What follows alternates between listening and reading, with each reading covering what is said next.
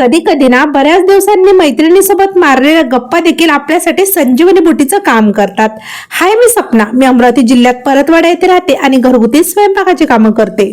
आधी ना आमच्याकडे चांगला मुसळधार पाऊस सुरू झाला होता, पण काय माहित बिचारीने आता सुट्टीच घेतली. हे तर या कामावर ना मी आलीच नव्हती. 2-3 दिवस झाले माझ्या खूप सुट्ट्या झाल्या. त्या आज सकाळी आली आणि आता यांच्या पोळ्या करून दिल्या.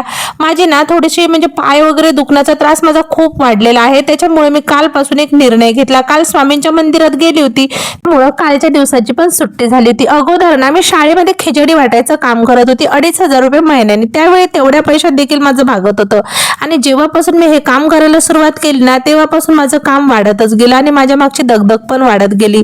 त्याच्यामुळे काय झालं ना, माझ्या शरीरावर माझं म्हणजे दुष्परिणाम व्हायला लागले आणि आता माझे पाय खूप दुखतात. बघा, इतके दुखतात की मला घरी आल्याच्या नंतर काही कामच करावं वाटत नाही. आणि आता जर मी या गोष्टीकडे दुर्लक्ष केलं तर पुढे मला याचा त्रास वाढणार. त्याच्यामुळे मी थोड्या दिवसासाठी संध्याकाळच्या कामापासून गॅप घेतली आणि आज सगळ्या काकूंना सांगून दिलं, म्हणजे माझे जे घर होते संध्याकाळच्या स्वयंपाकाचे त्यांना, की मी सध्या संध्याकाळची घरं करत नाही.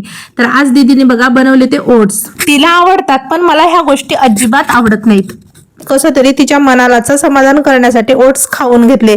तुम्हाला आवडतात का हो? कमेंट बॉक्समध्ये मला नक्की सांगा आणि माझा व्हिडिओ जर तुम्हाला आवडला तर एकदा मला नक्की फॉलो करून घ्या. पुन्हा भेटू. बाय.